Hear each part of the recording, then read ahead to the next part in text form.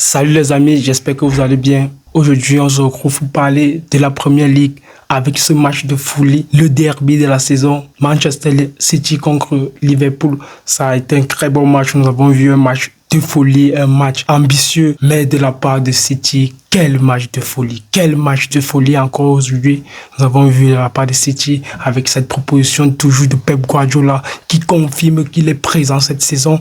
Directement, nous allons passer à ce classement de folie pour Manchester City. Alan en pointe, Jérémy Doku, Cherki, Foden, Gonzalez, Silva, Diaz, Guardiola, Aurélie, Nunes, Donnarumma. Terminé, mais il faut relever quelque chose sur le latéral de Manchester City. Aurélie, c'est un jeune qui revient très vite et déjà il a confirmé cette place parce qu'il a une marge de progression très rapide face à un joueur qui est blessé de la part de Manchester City, Aït-Nouri, qui est un bon joueur recruté par Pep Guardiola, mais entre-temps, il prend les responsabilités de jouer ce poste avec assurance. C'est un très bon joueur qui déjà en train de prouver qu'il peut jouer dans le grand niveau. Et c'est ça qu'on a demandé à un certain nombre de joueurs en Première Ligue. Mais nous avons vu quel manque d'affinition pour Liverpool ce soir, qui nous ont déçus. Liverpool n'arrive pas à faire la différence.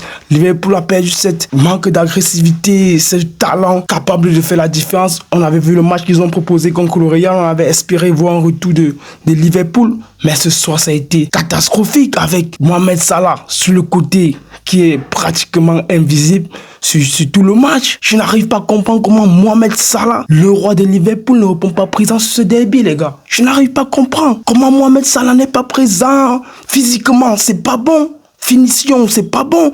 Mais Mohamed Salah, il dort. Il a été fait automatique ce soir. On n'arrive pas à comprendre comment Mohamed Salah, lui, le roi qui est supposé porter cet Liverpool, n'arrive pas à faire la différence avec McAllister. Mais McAllister, je ne te connais pas comme ça. Nous ne te connaissons pas comme ça. McAllister est capable de faire la différence sur ses qualités de frappe. C'est pas sans profondeur. Mais ce soir, il n'a pas répondu présent. Résultat donc, Liverpool s'est fait massacrer. Ils se sont fait manger par Manchester City. Manchester City qui est très redoutable sur le classement. Ils ont essayé de dominer Liverpool dans tous les duels, tous les domaines, aérien, au sol, construction de jeu. Mais c'est pas fait de la part de Manchester City. Ce soir, on n'attendait pas cette grande différence de niveau qu'a proposé Manchester City. Mais Liverpool est catastrophique. Annie soit sur ses choix tactiques, mais il doit faire sortir Mohamed Salah. Il doit faire sortir Mohamed Salah. À un certain moment, ça ne donne pas. Il ne peut pas terminer un match avec ce genre de niveau. Nous avons vu directement l'action qu'il a pu rater face à un goal. Mais c'est pas possible face à face. Mohamed Salah rate le face à face de nos jours. C'est incroyable. Nous avons vu directement avec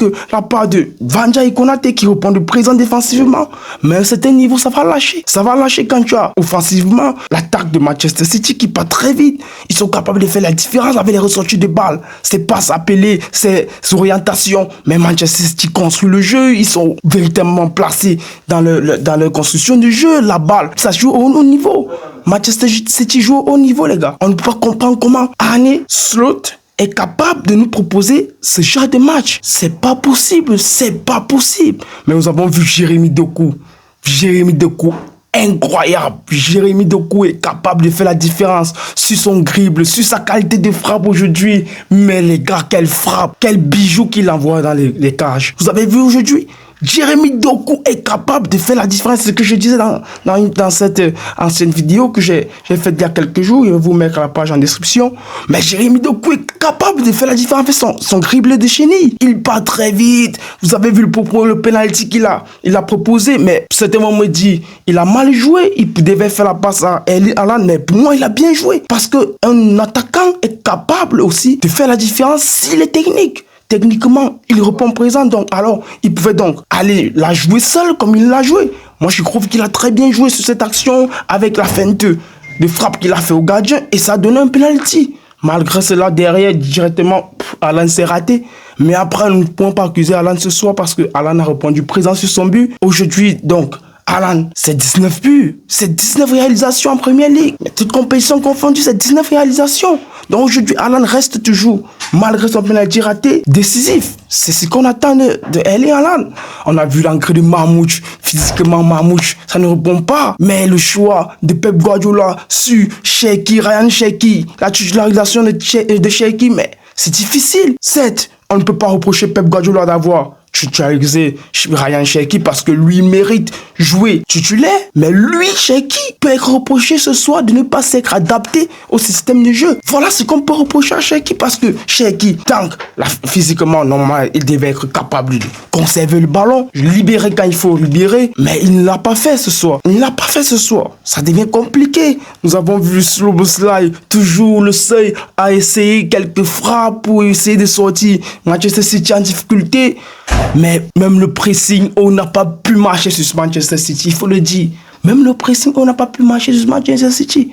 Manchester City, ils sont posés, capables de ressortir les balles, comme je venais de le dire, totalement. C'est maîtrisé. Le jeu combatif, défensivement aussi, c'est présent. Mais Manchester City, ça c'est un club qui, aujourd'hui, peut aller chercher cette première ligue. Nous allons parler de Arsenal dans les jours qui viennent. Mais Manchester City, devant Arsenal, vous savez très bien que dans le mois de mai, avril, ça va commencer à lâcher pour Arsenal.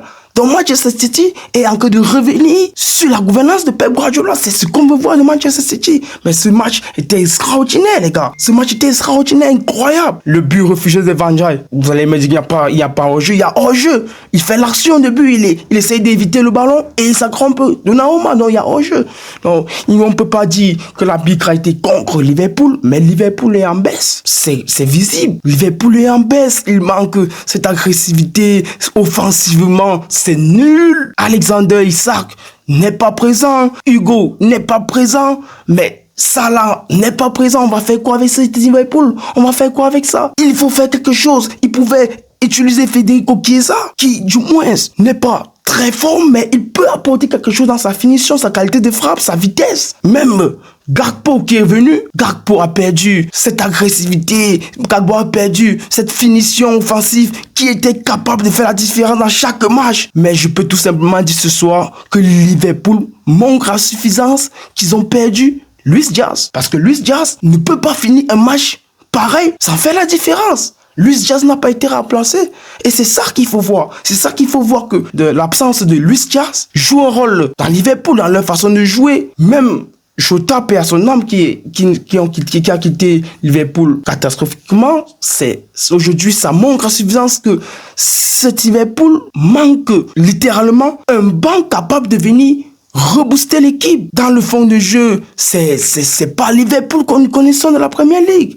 Un derby pareil, Liverpool doit faire la différence. Bradley n'est pas présent. Certes, on a vu Frimpong, il est blessé, mais il faut reprendre ce genre de match. Donc, c'est un peu ce qu'on peut dire ce soir du derby, du grand derby de Manchester City contre Liverpool. Mais il faut encore rappeler que Pep Guardiola reste Pep Guardiola. Pep Guardiola ce soir, c'est Pep Guardiola, parce que regardez vous-même comment il fait ses choix tactiques avec Gonzalez. Gonzalez qui vient derrière pour remplacer Rodri et directement marque un but. Très belle tentative de frappe et ça entre. Il a essayé, donc on peut déjà dire ça, c'est tactiquement une présentation de Pep Guardiola. Le fait jouer en 6 avec autant de prudence, cette qualité de balle qu'il a dans les jambes, capable de récupérer, capable de faire la différence. Mais c'est ce qu'on veut voir. C'est ce qu'on veut voir. Donc, vous allez me dire en commentaire si Manchester City, les gars, sont capables de faire encore la différence dans cette première ligue jusqu'à la fin du championnat, avec Arsenal qui est du coup plus avancé, plus amélioré avec leurs points. Ils sont plus 5 points de différence avec Liverpool. Mais nous allons voir qui sera champion de cette première ligue.